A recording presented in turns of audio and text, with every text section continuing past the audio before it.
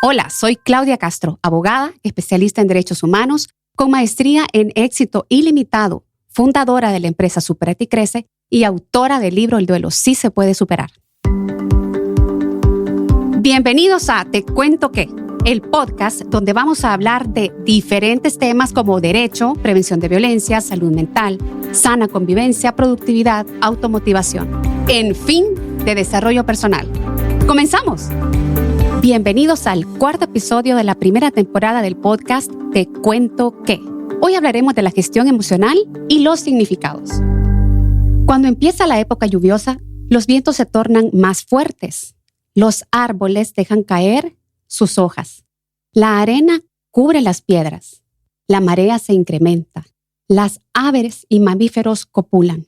Y los árboles dan sus frutos a granel.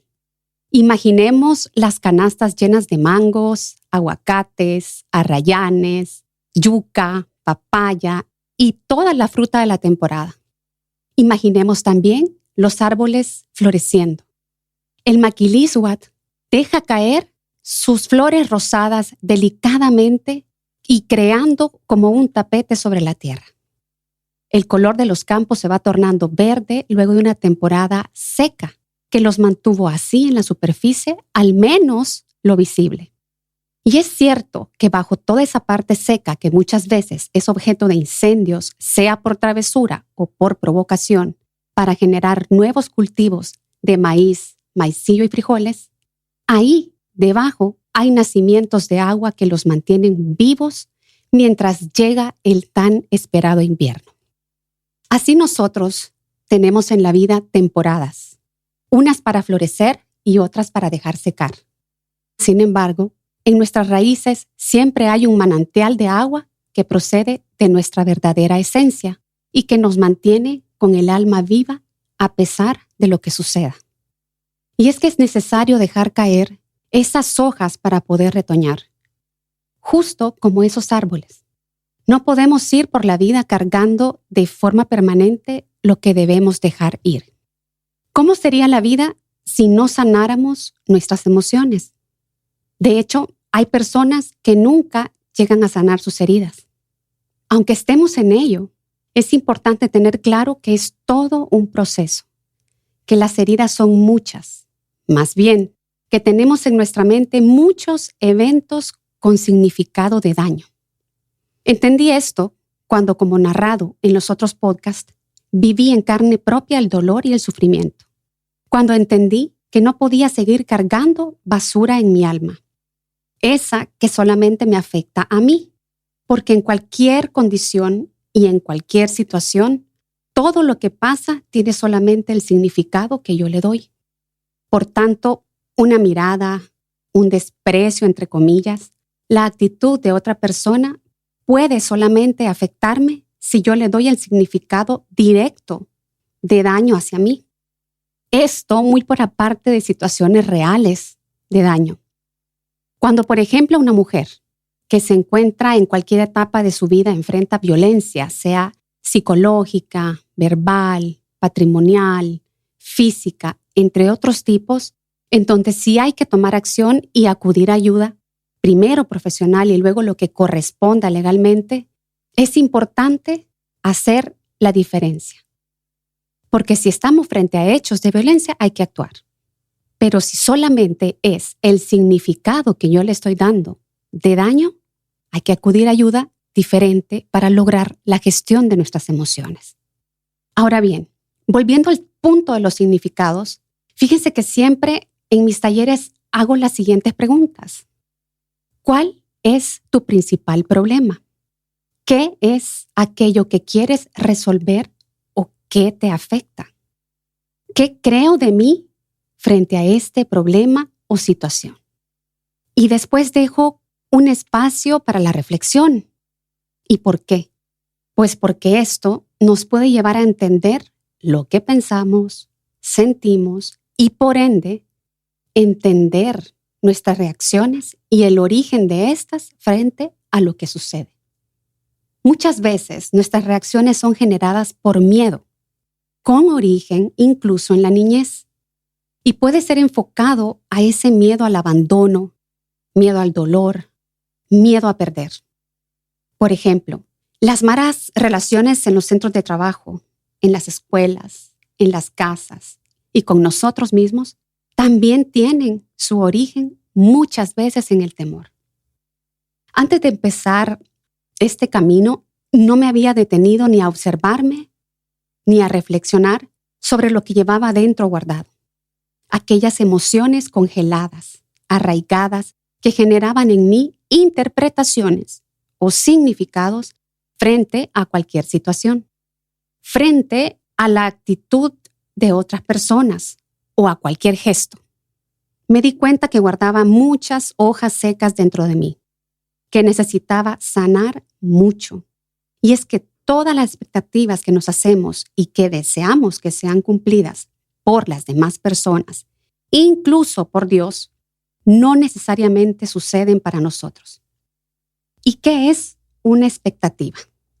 Esta palabra tiene raíces latinas y significa esperanza de que ocurra algo.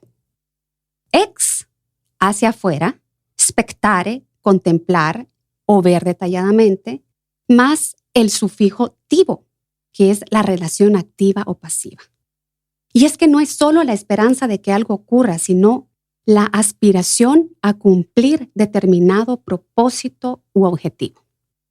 Y cuando esto no sucede, justamente es de ahí en donde se van generando dolores, resentimiento, se incrementa el temor, la inseguridad. También se originan creencias que se van guardando e incrementando en la medida en que nuestra vida avanza. Por ello, es que si un evento en mi adultez me remueve las emociones congeladas desde mi niñez o adolescencia, estas toman vida con mayor fuerza. Es como una bola de nieve que en su recorrido se hace más grande y más grande. Por lo tanto, se sienten con más fuerza y pueden ocasionar dolores más fuertes que detonen en ansiedad, depresión, resentimiento, incluso ira. Y estos los podemos sentir sin ser conscientes, porque estamos acostumbrados a ir en automático. Es hasta que nos detenemos o estamos frente a ayuda de un profesional que nos enteramos de todas las hojas secas que cargamos. Y esto es tan importante porque al no gestionar nuestras emociones, al no enterarnos de todo lo que guardamos, esto nos puede llevar a paralizarnos, a llevar una vida sin sentido y con sufrimiento. Este solamente ha sido creado por nuestros significados, creencias y pensamientos. Me ha pasado, claro que sí. He tenido mis historias en que solamente yo estaba peleada con la vida y con la gente. ¡Qué locura! La buena noticia es que podemos sanar. Podemos dejar caer lo que no sirve y aprender de cero a dar un nuevo significado a lo que sucede. Podemos aprender a detener nuestro pensamiento y a construir una nueva mentalidad que nos permita tener los ojos abiertos y el corazón dispuesto. ¿Y eso cómo se hace? Es todo un proceso para desaprender y aprender. Requiere tener muchísimo criterio, voluntad y disciplina que nos dé la oportunidad de discernir entre lo cierto y lo falso. Nos dará valores para respetarnos a nosotros y a los demás. Así también nos abrirán la mente y el corazón para perdonar todas esas expectativas no cumplidas en nuestra vida. Y es que esperamos mucho de las demás personas y eso no es saludable. No podemos controlar a nada ni a nadie. Es que todos quisiéramos cambiar a alguien y que haga las cosas como nosotros queremos, ¿verdad? La vida sería a nuestra manera. ¿Y qué pasa si vemos las cosas desde el otro lado? Si todo ese control que nosotros queremos sobre los demás fuera hacia nosotros. Así no nos gusta, ¿verdad? Pues bien, cada quien tiene sus propios procesos y en la vida no podemos forzar las cosas. Falta mucha disposición. Primero de nosotros para ver y entender hacia adentro y por ende para sanar. Es como un alcohólico activo que se encuentra en lo mejor de vivir su adicción, o una persona adicta a los juegos o al celular. Es complicado querer controlarlos o cambiarlos. No tenemos una varita mágica para transformarlos en un 2x3. ¿Cuántas madres, esposas y padres optaron por la oración que es tan poderosa? Decirle a una persona enferma que lo está, pero que no es consciente de ello, solamente generará pleitos. Una actitud contenciosa solo puede generar la incrementación del conflicto y la frustración porque simplemente no podemos controlar a nadie. Y aquí volvemos a la pregunta, ¿qué creo de mí frente a lo que sucede? Muchas veces nos falta seguridad y creemos que no somos capaces. Y ojo, no nos damos cuenta que eso es lo que pasa. Porque todo esto es un aprendizaje. Eso de ver hacia adentro y entender el origen de lo que creemos y pensamos es casi un arte. Debería ser como practicar un deporte de alto rendimiento, pero para nuestra mente. Y eso sí que cuesta. Y es que siempre estamos buscando certezas para mitigar nuestros más profundos temores y nos dejamos envolver por completo en ello. Y de no lograrlo, de hecho, creo que es imposible tener certezas en esta vida, a menos que se trate de la muerte. Es así que no falla y va a llegarnos. Lo único es que no sabemos cuándo. Eso de buscar que otros cumplan nuestras expectativas es bien loco. Si no podemos controlarlos a nosotros mismos, mucho menos lo haremos con las otras personas y las situaciones. No podemos controlar un terremoto, las inundaciones, la economía mundial, qué sé yo. De ahí nacen muchos resentimientos que pueden ser hacia nuestros padres, abuelos, amigos, qué sé yo, y que más adelante se alimentan con expectativas rotas en los lugares de trabajo y en las relaciones de pareja. Repito, no podemos controlar a las personas ni lo que hay en su mente y corazón, pero sí podemos controlar el significado que le damos a todo.